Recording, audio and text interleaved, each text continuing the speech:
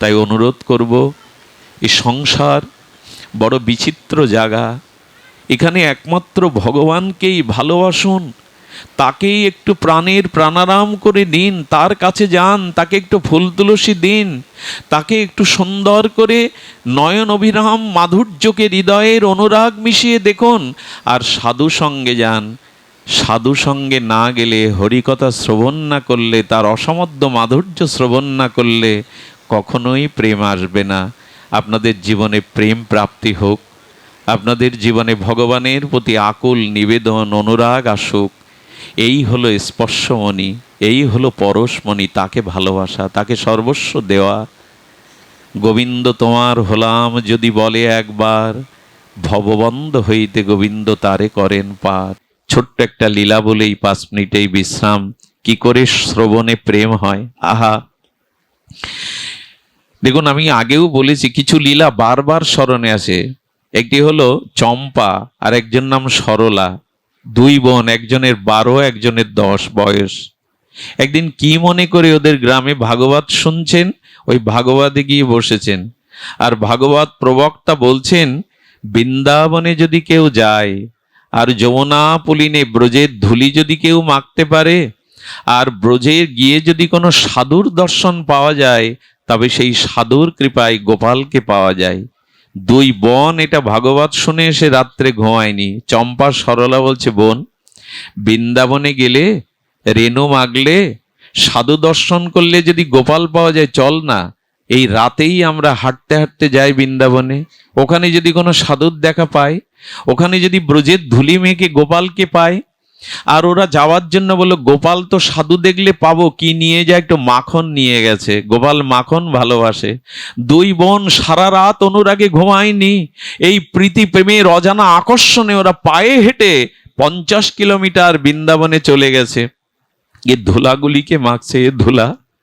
পাঠে বলেছে, তোমাকে অঙ্গে মাখলে নাকি প্রেম হয়, গোবিন্দ পাওয়া যায়। ধুলায় গড়াগড়ি দিচ্ছে 2 বোন। ওই হরি কথাতে বিশ্বাসে তারা ধুলা নিয়ে গড়াগড়ি দিচ্ছে, হে ধুলা, হে ব্রজধূলি, তুমি প্রেম দাও। আসলে এই ব্রজধূলিতে প্রেম আছে। ওইখানে রাধারানীর চরণের ধুলি মাখানো আছে। ওটা ধুলি নয়, ধুলি নয়, গোপীপদ রেণু। ওটা মাগলেই অনুরাগের সঞ্চার হয়, ওটি অঙ্গে মাগলেই প্রীতির সঞ্চার হয়।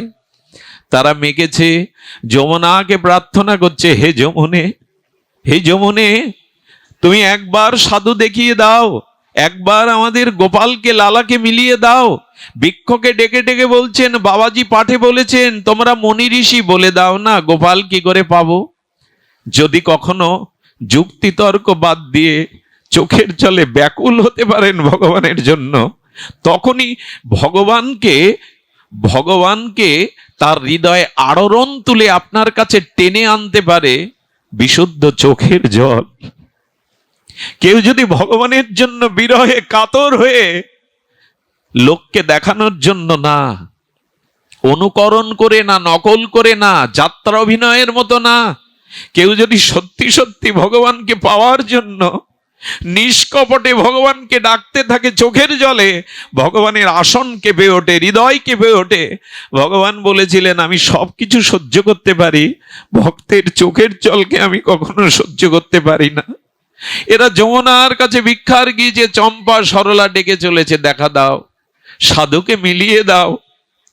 এক বাবাজি মহারাজ যমুনায় স্নান করতে আসছেন, বললেন, ওই দেখ সাধু আসছে। ওই যমুনায় স্নানের জন্য কাঁধের ব্যাগটা রেখে উনি মলমূত্র ত্যাগ করতে জঙ্গলের দিকে চলে গেলেন। বৃন্দাবন তখন জন অরণ্য বসতি এত নয়, ঘন জঙ্গল। এই 2 বোন তাড়াতাড়ি এসছে, সাধু দেখেছি, গোপাল পাওয়া যাবে। ওই থলের থেকে বের করছে গোপীচন্দন, জপের মালা, একটি প্রেম ভক্তি চন্দ্রিকা। বের করতে করতে দেখছে একটা কাঠের কৌটা। বলেন, এর মধ্যেই নিশ্চয় গোপালকে লুকিয়ে রেখেছে সাধু। কাঠের কৌটা খুলে দেখে ওখানে হাকুড়ি গোপাল বসে আছে।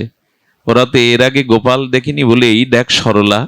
চম্পা বলছে, এই দেখ সরলা, এর মধ্যে গোপাল বসে আছে, ধন্য আমরা। বুকে নিয়ে 2 বোন কাঁদতে শুরু করেছে। সঙ্গে সঙ্গে সরলা বলছে, সাধুর জন্য গোপাল পেলাম, কিন্তু সাধুর হৃদয়ে দয়া নেই। কেন?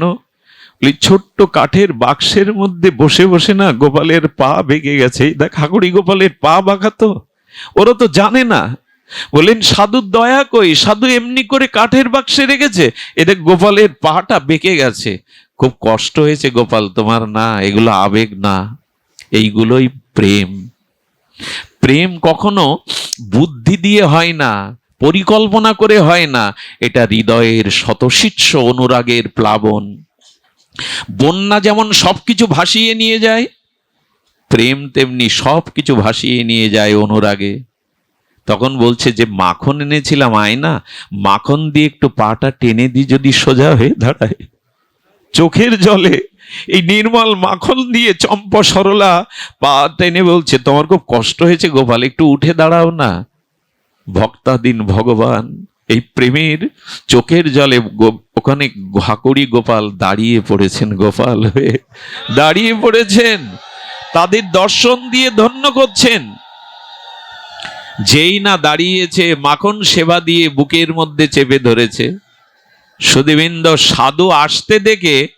সাধু আসতে দেখে তাড়াতাড়ি ওরা জঙ্গলের কাছে লুকিয়ে বলছে দেখি সাধু কি করে। সাধু এসে দেখে যমুনায় ডুব দিয়ে উঠে দেখে তার হাকুড়ি গোপাল দাঁড়িয়ে আছে। বুঝতে বাকি রইল না কোন মরমী প্রেমিক ভক্ত ভগবানের এই দশায় উপনীত করেছে, ভগবানকে দাঁড় করিয়ে দিয়েছে। সুধীবৃন্দ গোপালকে জড়িয়ে ধরে বললেন, ও আমার কথাই তুমি কখনো সোজা হয়ে দাঁড়িয়ে দর্শন দাওনি, আমি ভালোবাসতে পারিনি বলে, আমি তোমাকে প্রেম দিতে পারিনি বলে। কারা তারা যাদের প্রেমে তুমি দাঁড়িয়েছ? ওই দিনই ভগবান দৈববাণী দিয়ে বললেন যে সরলতার কাছে আমি চিরকালই সরল। দেখুন ভগবানে পেতে গেলে, প্রেম করতে গেলে সরল হতে হয়। এত যুক্তি বুদ্ধি চালাকি থাকলে ভগবানকে ভালোবাসা, এই সরলতায় ভগবান প্রাপ্তির উপায়, সরলতাই উপায়।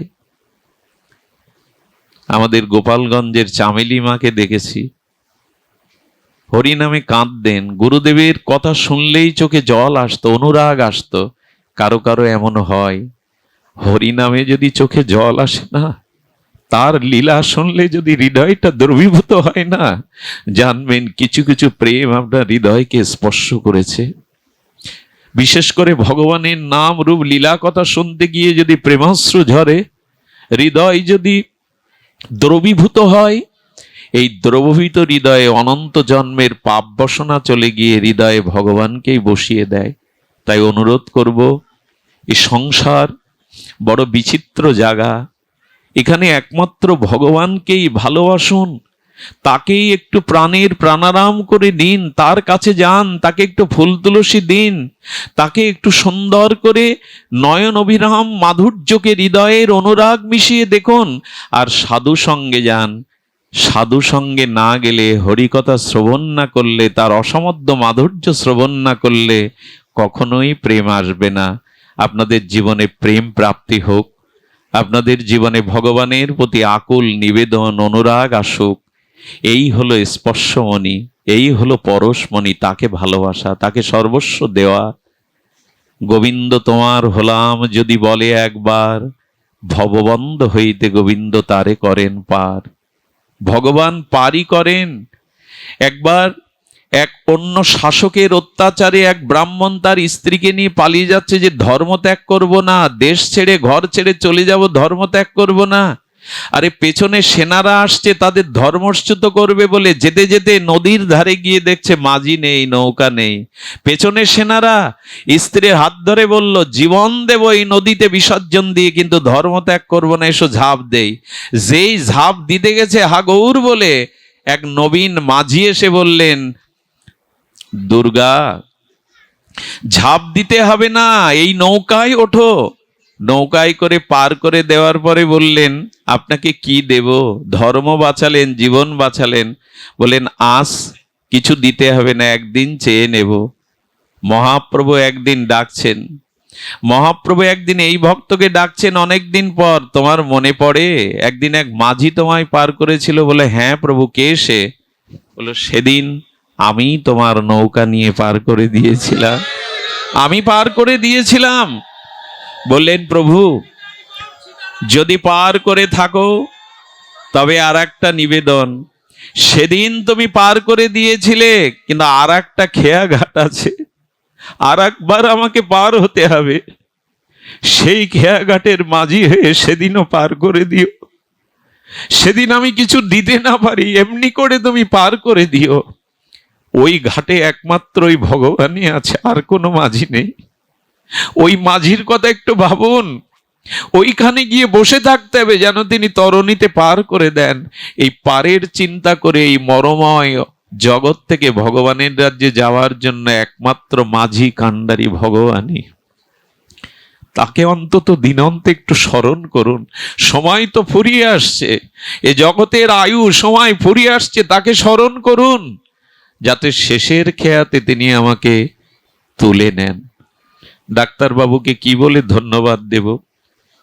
ইনি ফরিদপুর থেকে তার এই জন্মস্থানে এসে এহেন অনুষ্ঠান দিয়ে মানুষের সাত্ত্বিক প্রেমের এই প্রেমের তরঙ্গ তোলেন। কষ্টার্জিত অর্থ একেই বলে সদ্ব্যয় করা। অর্থ তো অনেকের আছে, সৎ কাজে ব্যয় সবার অর্থ হয় না। ওনার পরিবার ওনার জন্য আশীর্বাদ করবেন, সুস্থ শরীরে আপনাদের পদধূলি পেয়ে এমনি করে যেন উনি ভগবত এই নাম প্রেম প্রচার করতে পারে। উনি এখানে এসেছেন শুনে ভালো লাগলো, অনেক রোগী দেখেছেন উনি, স্বাস্থ্য ক্যাম্প বসিয়ে অনেক রোগীকে দেখেছেন। এইসব মানুষগুলো আমাদের মাঝে দীর্ঘদিন বেঁচে থাকুক। এমন বড় হৃদয় মানুষের প্রতিটি গ্রামে দু চারজন থাকলে তবে আমাদের প্রশস্তি, শান্তি, আপনাদের সবার কল্যাণ। কত দূর থেকে বাবারা এসেছেন, ফিরে যাবেন। যাওয়ার আগে আপনাদের সকলের চরণে সশ্রদ্ধ দণ্ডবাদ জানিয়ে ভাগবত কথা এখানেই বিশ্রাম রাখছি। শ্রীগুরু প্রেমানন্দে হরি বলং। সর্বে ভবন্তু সুখিনঃ, সর্বে সন্তু নিরাময়া, সর্বে ভদ্রাণি পশ্যন্তু, মা কশ্চিৎ দুঃখ ভাগ ভবেৎ। সকলের কল্যাণ হোক, সকলের মঙ্গল হোক। আমাদের মরুদা সহ, মধুসূদন দাদা সহ যারা সংকীর্তনে আছেন একটু রাধা নাম কীর্তন করুন। উঠে দাঁড়িয়ে আসুন, আমরা সবাই মিলে একটু সংকীর্তন রস আস্বাদন করি। জয় রাধা। নিতাই গৌর হরি বল, হরি বল, হরি বল, নিতাই গৌর হরি বল। যদি ভিডিওটি ভালো লাগে তাহলে সাবস্ক্রাইব করে রাখুন। নতুন নতুন ভিডিও জন্য গৌর নিতাই মিডিয়ার পাশেই থাকুন। রাধে রাধে।